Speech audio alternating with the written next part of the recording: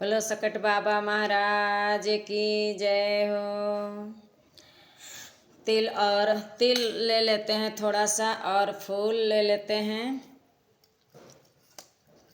तिल ले लेते हैं, थोड़ा सा फूल ले लेते हैं। और चौथ गणेश चौथ का व्रत की कथा एक कहते हैं। बोलो गणपति महाराज की जय, बोलो सकट बाबा महाराज की जय हो। एक देवरानी जेठानी रहे, तो एक देवरानी जेठानी रहे, तो जेठानी बहुत अमीर थी और देवरानी बहुत बेचारी गरीब थी। तो गरीब थी तो जेठानी के यहाँ जो है प्रतिदिन जो है वो चौका बर्तन करने जाती थी देवरानी ऐसे करते करते साल भर बीत गया। तो एक तिलवा का जो है सकट महाराज का दिन आया। तिलवा के दिन वो जो है कहीं चौका बर्तन की, और उसके बाद वो अपना गई। तो जो उनके गरीबता थी बहुत बेचारी के, तो जो है उन्होंने देवरानी ने क्या किया कि अपना चूनी भूसी का अपना लड्डू जो है कन वन के और चूनी भूसी के अपना लड्डू बनाया। लड्डू बना के और अपना भोग लगाया, पूजा पाठ किया, आरती की। तो जो है सकट बाबा और फिर दीन होकर के विनती करने लगी कि हे सकट बाबा महाराज, हमको सब कुछ दो तो हम भी भोग लगावें सब तरह के, जो हमारे पास है वो हमने भोग लगाया है आपके। तो सकट बाबा आए और प्रसन्न हुए, जो है भोग लगाए। तो सकट बाबा जो है प्रसाद उनका जो है लड्डू खाए, और लड्डू खा करके फिर बोले कि हमारे जो है पौटी लगी हुई है, तो कहाँ जाएं करने, ये कहाँ जाएं करने। तो वो देवरानी बोली कि सकट बाबा महाराज, आपका घर ही है, जहाँ मन हो वहाँ कर लीजिए। और जो है तो सकट बाबा ने कहा ठीक है। उन्होंने सब जगह से अपना पौटी की। तो वो ये जो है कहानी, ये जो है देवरानी जेठानी की है। तो यहाँ पे क्या है कि देवरानी गरीब थी और जेठानी अमीर थी। तो इसी जब सकट बाबा अपना करके और चले गए, तो ये रात में सो गई थी। सुबह उठी तो देखी कि ये सब जगह सोने सोना सोने सोना, मतलब हर जगह सोने सोना, मतलब साड़ी में भी आंचल में भी बिछाया था वहाँ सोना, हर जगह सब हर कमरे में मतलब सोने सोना हो गया। सब जो चूनी भूसी लड्डू का भोग लगाई थी वो भी सोना हो गया। सुबह वो अपना रखने उठाने लगी, तो इसी नाते से वो जा नहीं सकी कहाँ, वो अपने जेठानी के यहाँ नहीं जा पाई कि इतना काम में बिजी हो गई, धरते उठाते। कहीं सकट बाबा तो खूब दीन है, और रखते उठाते इनको टाइम नहीं मिला। तो जेठानी सोची कि आज ये काम करने रोज आती थी मेरे यहाँ चौका बर्तन करने, क्या कारण है जो आज ये आई नहीं है। तो चले देखते हैं कि आज छोटी क्यों नहीं आई हैं।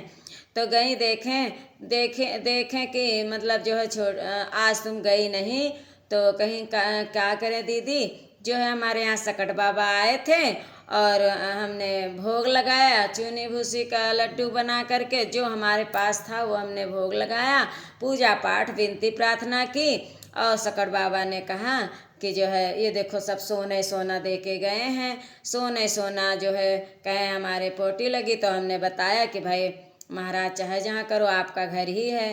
तो देखो दीदी, इसी रखने उठाने में हमको अब टाइम नहीं मिला कि हम आपके यहाँ आए। तो कहीं अच्छा कैसे कैसे क्या करी थी। तो उन्होंने विधि बताई कि हमने चूनी भूसी जो था दीदी उसी का बनाया था। उन्होंने इंतजार किया कि अब तो छोटी बहुत अमीर हो गई है, अब वो हमारे चौका बर्तन करने क्यों आएगी। तो वह इंतजार करने लगी कि सकट बाबा का दिन आए। तो साल भर ऐसे करते करते बीता, और उन्होंने दूसरे को चौका बर्तन के लिए लगा लिया। और जब सकट बाबा का दिन आया, तिलवा का दिन माघ मास में, तो जो है जेठानी ने वैसे ही किया जैसे देवरानी ने बनाया था, मतलब कि चूनी भूसी का लड्डू बनाया और भोग लगाया। तो सकट बाबा ने कहा और प्रार्थना उसी प्रकार प्रार्थना की, विनती की, आरती की, कथा कही। फिर सकट बाबा प्रसन्न हुए तो कहें कि हमारे पोटी लगी है। तो कहें अरे महाराज, आपका घर ही है, जहाँ मर्जी वहाँ कर लीजिए। तो कहें अच्छा। अब वो जो है सब जगह से अपना पोटी करने लगे, तो करके और वो रात में सो गई थी। तो सो गई थी, फिर सकट बाबा अंतर ध्यान हो गए। अंतर ध्यान, सुबह उठी तो अब मारे गंदगी के वो उनके सिर पे, उनके आंचल पे, उनके हर जगह, हर कमरे में पोटी ही पोटी हो गया। और वो रोने लगी, कहने लगी कि सकट बाबा ये क्या किया, देवरानी के यहाँ तुमने सोना दिया, हमको जो है ये क्या कर दिया, पोटी बहुत बदबू आ रही है, अब उठाते उठाते हमको कितना समय लग रहा है। और रोने लगी। तो सकट बाबा आए तुरंत, कहें कि देखिए विलाप ना करिए, रोइए नहीं। लेकिन सकट बाबा जो है, आप अमीर थी, हमने आपको सब कुछ दिया था, तब आपने उनकी नकल की, उसके पास कुछ नहीं था, जो भी था उसने चूनी भूसी से लड्डू का भोग बना के लगाया था, पूजा प्रार्थना किया था, तो उसके घर में हमने दिया। और आपने क्या किया कि उसी का नकल, आपको हमने सब कुछ दिया था, तब उसका जो है मतलब नकल उतारी कि चूनी भूसी का लड्डू बना के रखी हमारे आगे। तो जब हमने सब कुछ दिया था, हमने सब कुछ ले लिया। अब आपको तो उनका सब धान, हाथी, घोड़ा सब चले गए। जब उनका चला गया तो वो रो कर के विलाप करने लगी कि सकट बाबा, कहें अच्छा ठीक है, जब अगली बार सकट बाबा का तिलवा आएगा तो तुमको मैंने दिया है धन, वैभव, सौरभ, जो भी कुछ दिया है, मीठा पदार्थ जो भी कुछ दिया है, तिल, गुड़, गंजी, जो भी कुछ लड्डू, लैया के लड्डू, जो भी कुछ रामदाना के लड्डू, तिल के लड्डू, वो सब बना करके हमको भोग लगेगा। जाओ, उस तरह के तो तुम नहीं हो जाओगी, क्योंकि तुम्हारे आ गया था घमंड, और तुम्हारे सब कुछ था तब घमंड था, उसके कुछ नहीं था तो भी उसके घमंड नहीं था।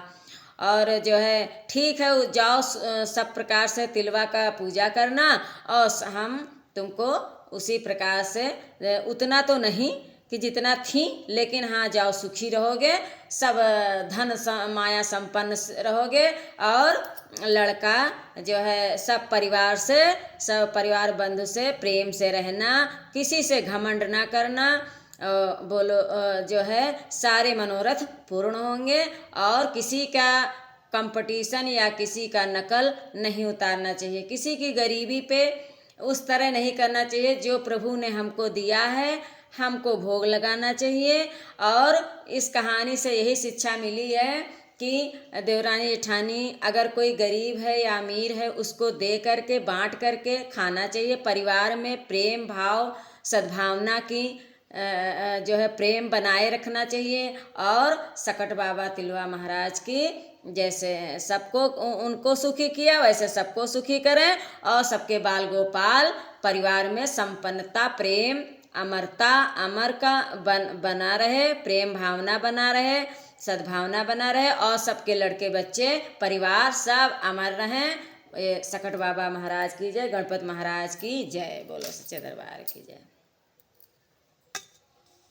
बोलो सकट बाबा महाराज की।